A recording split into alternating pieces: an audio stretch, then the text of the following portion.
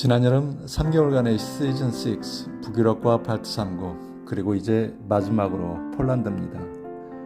폴란드는 유럽 여행의 역사와 문화 등의 요소를 고루 갖춘 종합 선물 세트 같은 곳입니다.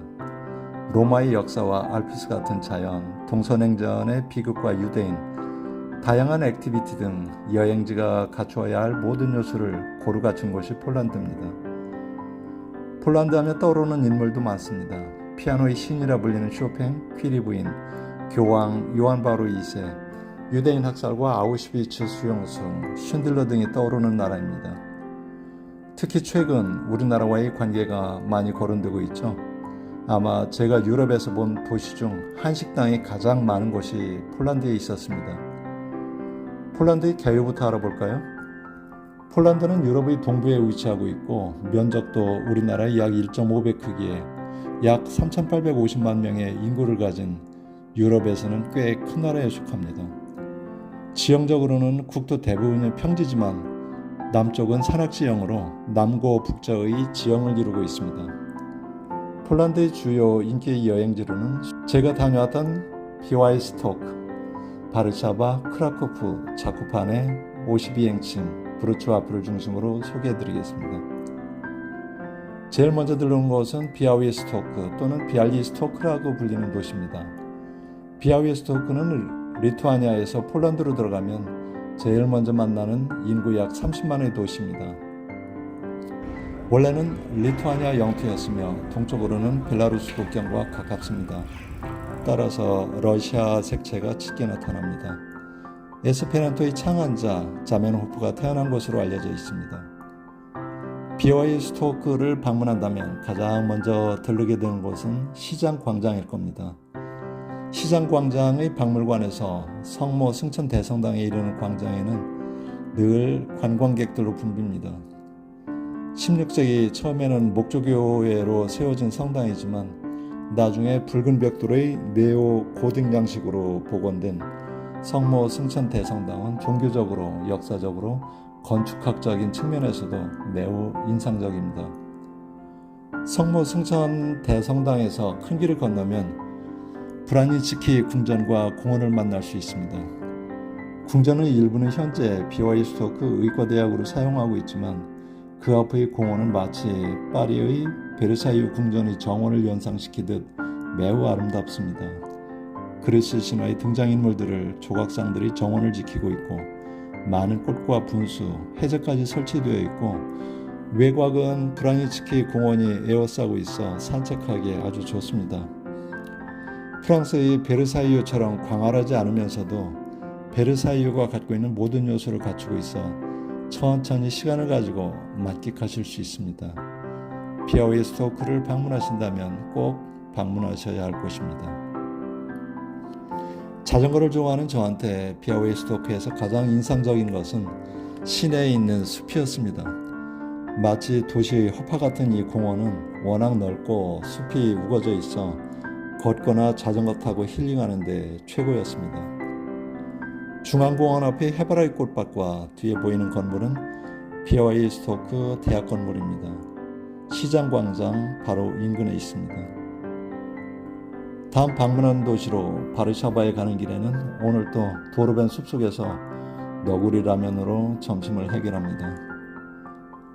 바르샤바에 우리가 머물렀던 숙소는 사회주의 시절 보급형 주택 아파트의 에어비앤비였습니다.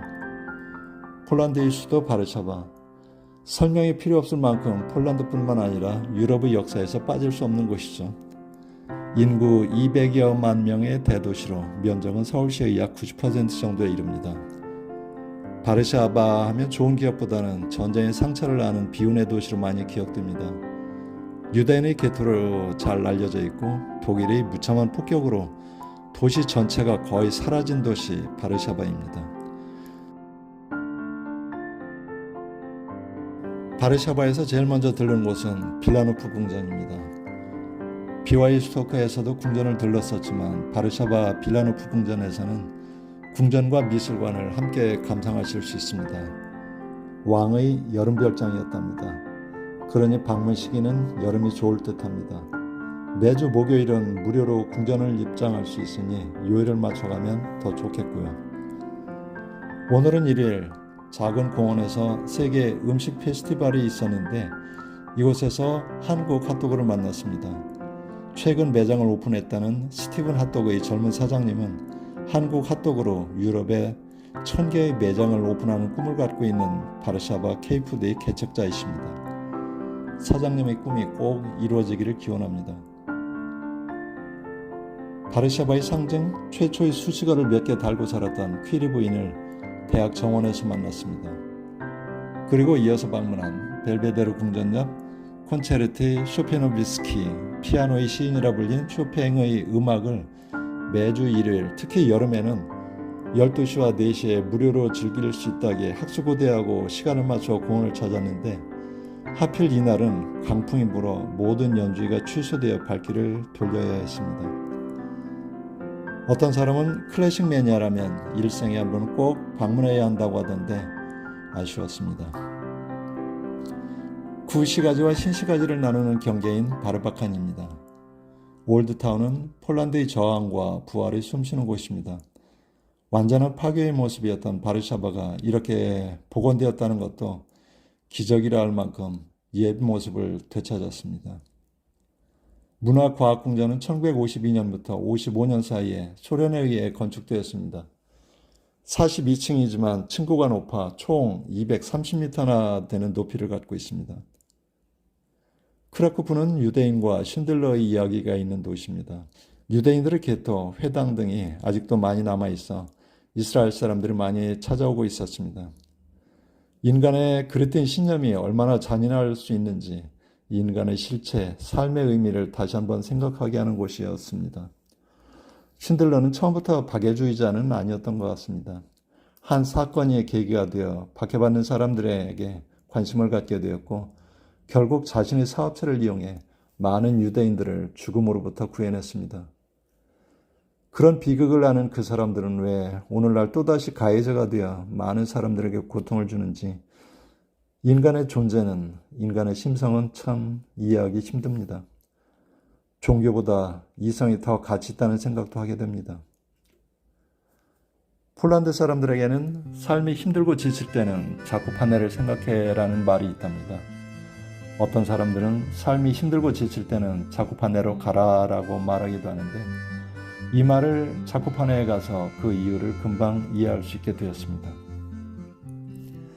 폴란드가 여행지로서 매력 있는 이유 중 하나는 바로 자쿠파네의 자연입니다. 마치 알프스의 어느 마을, 그린덴발트 아니면 독일의 슈발츠발트 어느 마을에 온 듯한 기분입니다. 깨끗하고 시원한 자연환경, 구릉성 산지에 양떼들과 소들이 한가로이 풀을 듣고 슬로바키아와 국경을 이루는 알프스 같은 산지는 폴란드에서 가장 많은 인파와 자동차를 만났습니다. 여름철 극성수기는 피하시기를 권합니다. 주차장도 사전에 예약해야 하고요.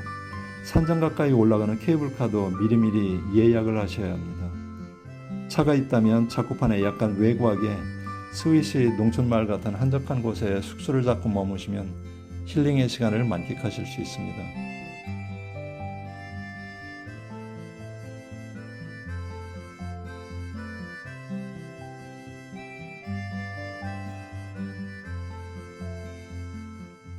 자쿠파네에서 52행신 가는 길에 요한 바로 2세 교황의 고향 마을을 찾아갔습니다. 자쿠파네 호수에서 요한 바로 2세가 방문했었다는 사진을 본 이후 교황의 고향에 관심을 갖게 됐고 52행신 가는 길에 바도비체에 들렀습니다. 이곳에서 우리가 알고 있는 요한 바로 2세의 본명이 카롤 유제프 보이티와라는 것을 처음 알았습니다. 교황은 이곳에서 태어나서 18살 때까지 이곳에서 살았습니다. 당시에는 유대인들이 많았지만 별다른 차별 없이 잘 지냈다고 합니다.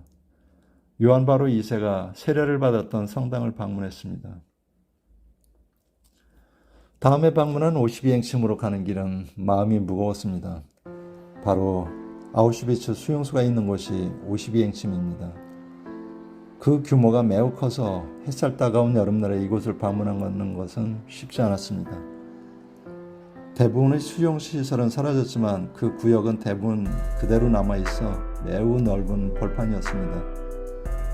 당시 그 끔찍한 모습은 이미 영화를 통해서도 많이 알려졌기에 회상할 필요도 없겠습니다. 21년 전 독일 뮌헨 외곽에 있는 다카우 수용소를 방문한 적이 있었습니다. 바로 그 다카우 수용소는 이 아우슈비츠 수용소의 모델이었다고 합니다. 오히려 그때 다카우 수용소에서 가까이 보았던 장면들이 더 끔찍한 기억으로 남아 있습니다. 그곳에서 독일 청소년들에게 토론 수업을 진행하던 모습이 인상적이었습니다. 인간이 인간에게 얼마나 잔혹해질 수 있는지 그 끝을 알 수 없는 사건이었습니다. 다음 방문한 곳은 한국인에게 가장 친근한 도시, 난장인들의 도시 브루츠와프입니다. 한국 밖 세상에서 이렇게 한식당이 많은 곳은 LA 코리아타운 외에는 본 적이 없습니다. 한국의 많은 기업들이 진출해 있어 한국인들을 흔히 만날 수 있는 곳입니다. LG를 비롯한 한국의 대기업과 중소기업들이 많이 진출해 있어 도로 표지판에서도 한국 기업들의 이름을 쉽게 만날 수 있습니다.